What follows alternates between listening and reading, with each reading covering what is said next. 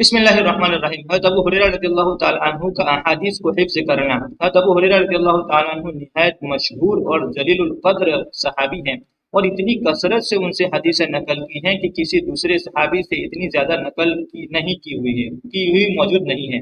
اس پر لوگوں کو تعجب ہوتا تھا کہ ہجری سن 7 میں یہ مسلمان ہو کر تشریف لائے اور ہجری سن 11 میں حضور اکرم صلی اللہ علیہ وسلم کا وصال ہو گیا۔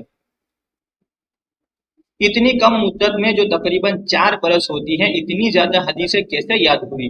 خود ابو ہریرہ رضی اللہ تعالیٰ عنہ اس کی وجہ بتاتے ہیں۔ فرماتے ہیں کہ لوگ کہتے ہیں کہ ابو ہریرہ بہت روایتیں نقل کرتے ہیں۔ میرے مہاجر بھائی تجارت پیشہ تھے، بازار میں آنا جانا پڑتا تھا، اور میرے انصاری بھائی کھیتی کا کام کرتے تھے، ان کی مشغولی ان کو درپیش رہتی تھی۔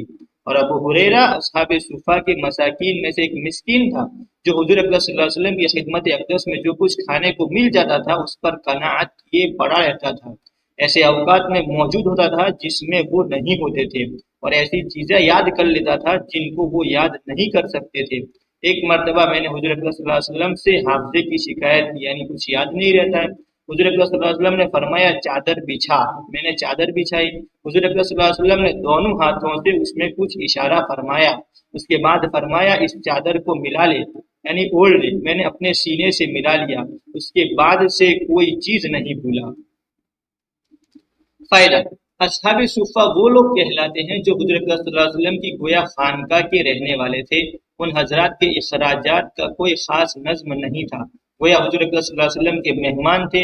جو کہیں سے کچھ ہدیہ یا صدقہ کے طور پر آتا، اس پر ان کا زیادہ در گزر تھا۔ حضرت ابو ہریرہ رضی اللہ تعالیٰ عنہ بھی انہی لوگوں میں تھے۔ بسا اوقات کئی وقت کے فاقے بھی ان پر گزر جاتے تھے۔ بعض اوقات بھوک کی وجہ سے جنون کسی حالت ہو جاتی تھی، جیسا کہ تیسرے باب کے قصہ نمبر 3 اور 7 میں گزرا، لیکن اس کے باوجود احادیث کا کثرت سے یاد کرنا ان کا مشغلہ تھا،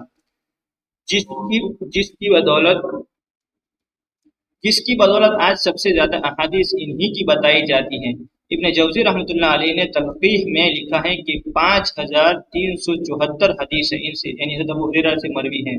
ایک مرتبہ حضرت ابو ہریرہ رضی اللہ تعالیٰ عنہ نے جنازہ کے متعلق ایک حدیث بیان کی کہ حضور صلی اللہ علیہ وسلم کا ارشاد ہے کہ جو شخص جنازہ کی نماز پڑھ کر واپس آ جائے اس کو 1 قیراط ثواب ملتا ہے، اور جو دفن تک شریک رہے اس کو 2 قیراط ثواب ملتا ہے، اور 1 قیراط کی مقدار احد کے پہاڑ سے بھی زیادہ ہے۔ حضرت عبداللہ بن عمر رضی اللہ تعالیٰ عنہ کو اس حدیث میں کچھ تردد ہوا، شک ہوا۔ انہوں نے فرمایا کہ ابو ہریرہ سوچ کر کہو۔ ان کو غصہ آ گیا حضرت ابو ہریرہ کو، سیدھے حضرت عائشہ رضی اللہ تعالیٰ عنہ کے پاس گئے اور جا کر عرض کیا کہ میں آپ رضی اللہ تعالیٰ عنہ کو قسم دے کر پوچھتا ہوں کہ یہ قیراط والی حدیث آپ نے حضور اکرم صلی اللہ علیہ وسلم سے سنی؟ انہوں نے فرمایا کہ ہاں سنی ہے۔